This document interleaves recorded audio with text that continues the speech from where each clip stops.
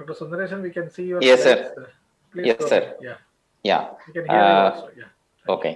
First of all, I would like to thank the organizer, Professor Hari Krishnan, and also Professor Karta for inviting me here.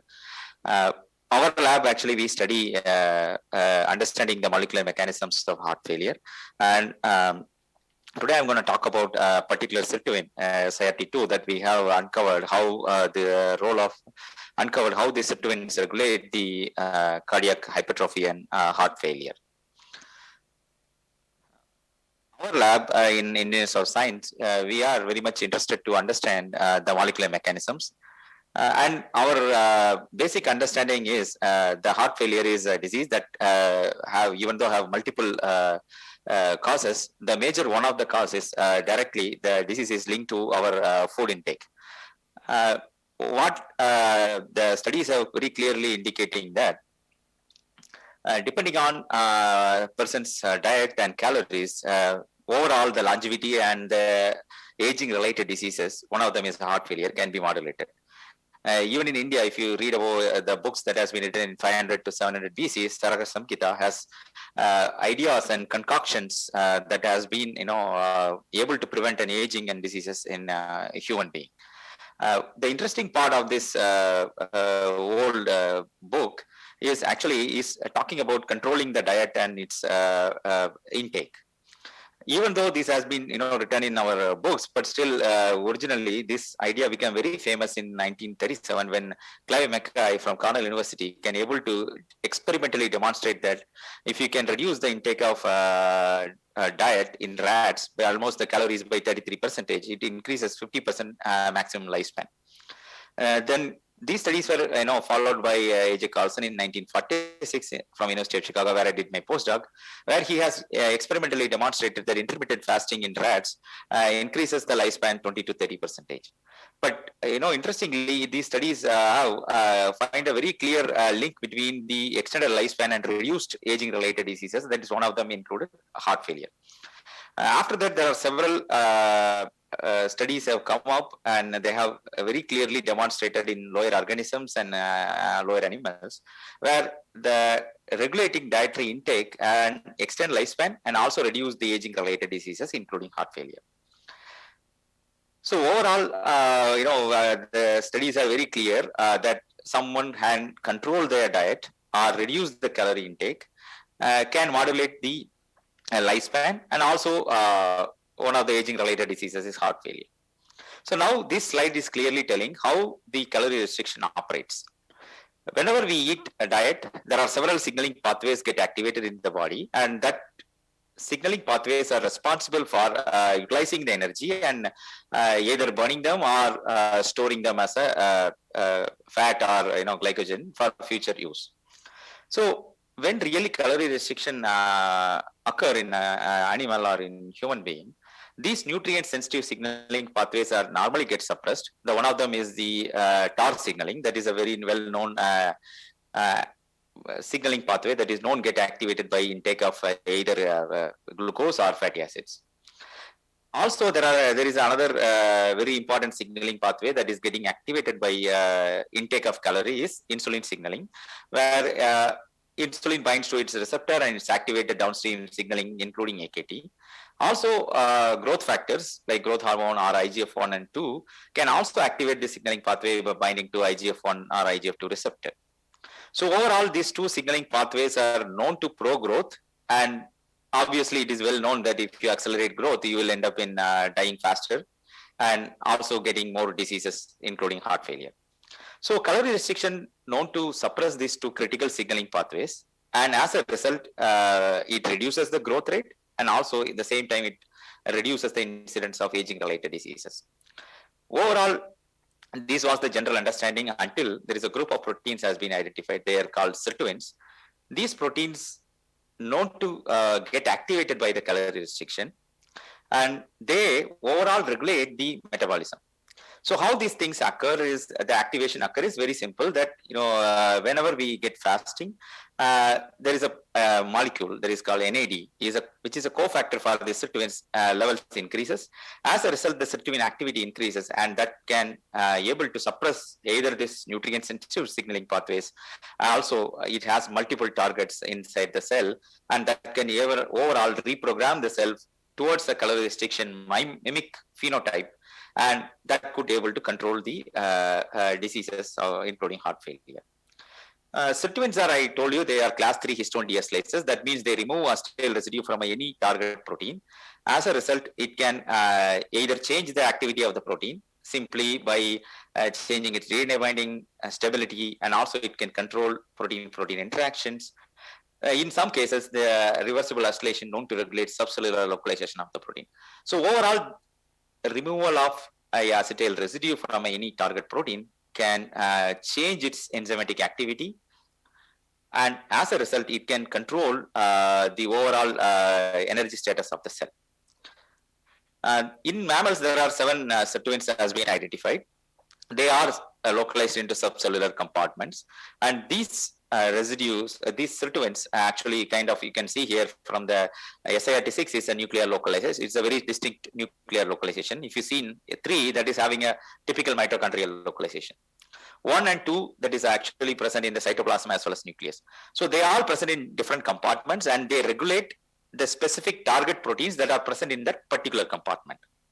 So in this work, actually, in our lab, when I even started postdoc, I started working on this particular group of molecules, and I have uncovered some roles of these sirtuins. If you might have seen in this slide, we have identified SIRT1 regulates AKT signaling, and it can regulate the development of cardiac hypertrophy.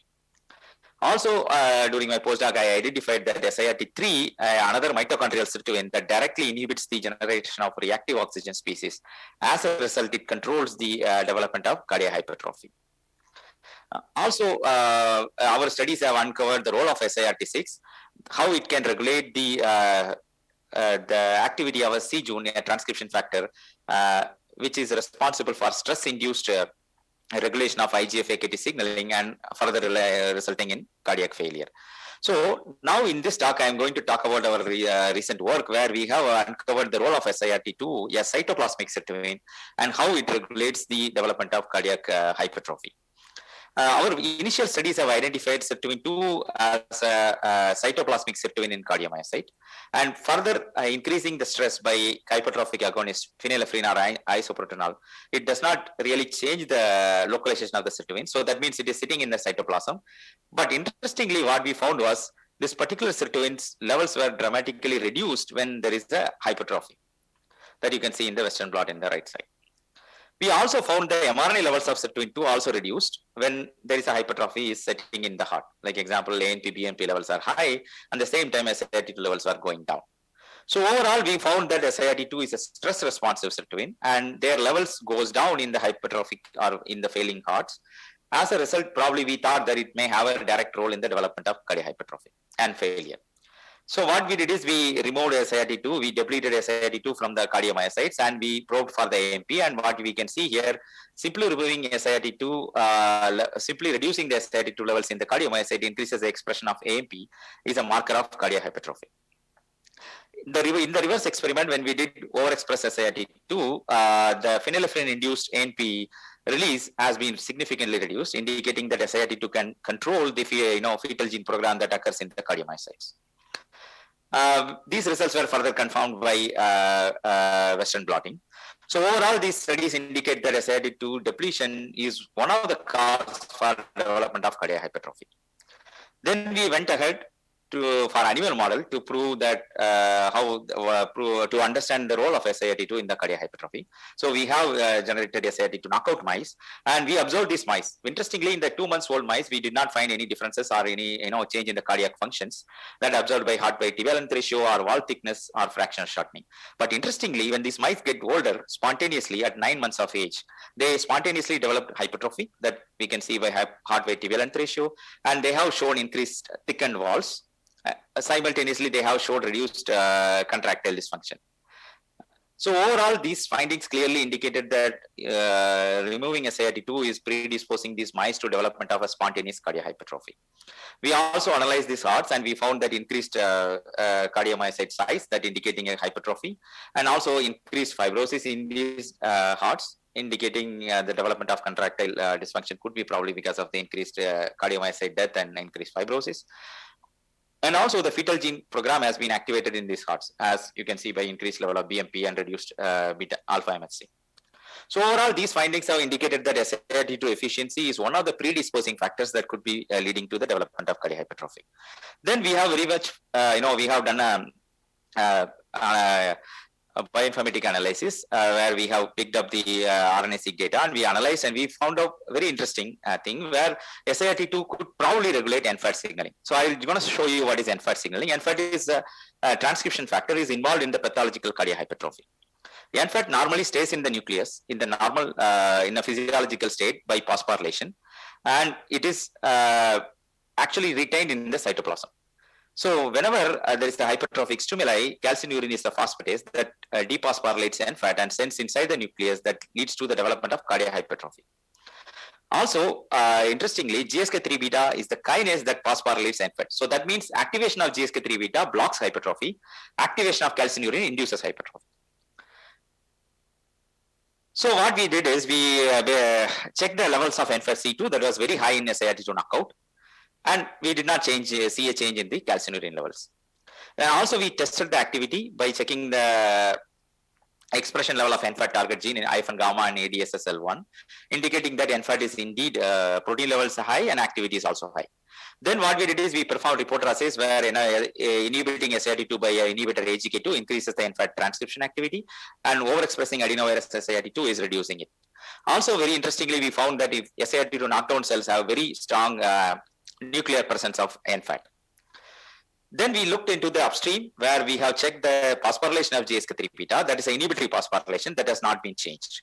But interestingly, we found that GSK3 beta activity has been reduced by observing the downstream signaling pathways, phosphoglycogen synthase. So overall, these data indicate that GSK3 beta activity is reduced, NFAT localization is inside the nucleus, and the levels are increased. Then we directly picked up GSK3 beta and we understand that SIRT2 is a deacylase and GSK3 beta also present in the cytoplasm. So then we probe that SIRT2 that targets GSK3 beta. You can see here that GSK3 beta escalation has been increased in SIRT2 knockout cells in the immunoprecipitation. Then we performed a mass spec analysis where we found that GSK3 beta is escalated with lysine 183. And also GSK3 beta can interact to SIRT2 in the co-immunoprecipitation experiment. And also mutating this lysine 183 significantly reduces its activity. Then we have performed NMR spectroscopy, and also we have performed computational analysis where we could be able to prove that escalation of GSK3 beta inhibiting ATP binding to the GSK3 beta. That means SIRT2 is required for activation of GSK3 beta in the normal physiological condition. When there is a hypertrophic signal, GSK3 beta get escalated because SIRT2 levels are going down, and this results in reduced activity of GSK3 beta towards its targets. As a result, NFAT enters the nucleus and probably inducing the cardiac hypertrophy. And also we have mapped the acetyltransferase that is escalating GSK3 beta, that is the P300. You can see here GSK3 beta interacts to P300 and localization signals where GSK3 beta and P300 they are localizing, and that occurs inside P300. You will see reduced activity of GSK3 beta. Whenever you are overexpressing P300, it reduces the activity of GSK3 beta observed by the glycogen synthase. So overall, what we found was escalation of GSK3 beta important for mediating the activity of GSK3 beta and controlling the development of cardiac hypertrophy.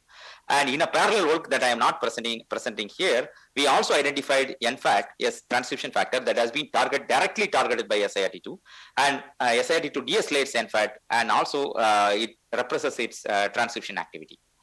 So overall, our findings indicate that SIRT2 is a Sirtuin that can antagonize the development of cardiac hypertrophy, and its levels goes down during heart failure. I thank everyone. I thank especially Professor Karta and Hari Krishnan in this talk.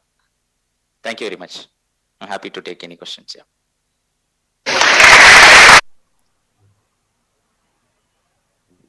Thank you, Dr. Sundaresan. Thank you, Ravi. That was a very impressive example of the potential of proteomics studies in cardiac hypertrophy and heart failure. Are there any comments or questions? We have 1 minute, I think. Can I ask them, Dr. Sanjay?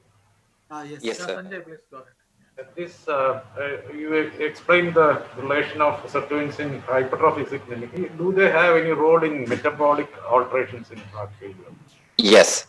Sirtuins, especially the mitochondrial sirtuin SIRT3, known to control the fatty acid oxidation by directly deacylating several targets in the pathway. Also, it regulates glucose oxidation.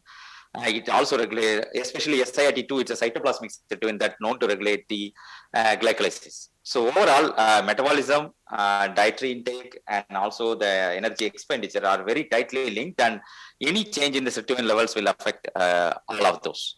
Means they promote a ketogenic or they promote an aerobic, or is there a So they promote mitochondrial aerobic oxidation. So basically, they are known to promote oxidation. Okay, thank you, Dr. Sundaresan. And now we go to the next talk that will be on identifying genetic susceptibility to heart failure by Dr. Sumi from Rajiv Gandhi Center for Biotechnology, Trivandrum. Welcome, Dr. Sumi.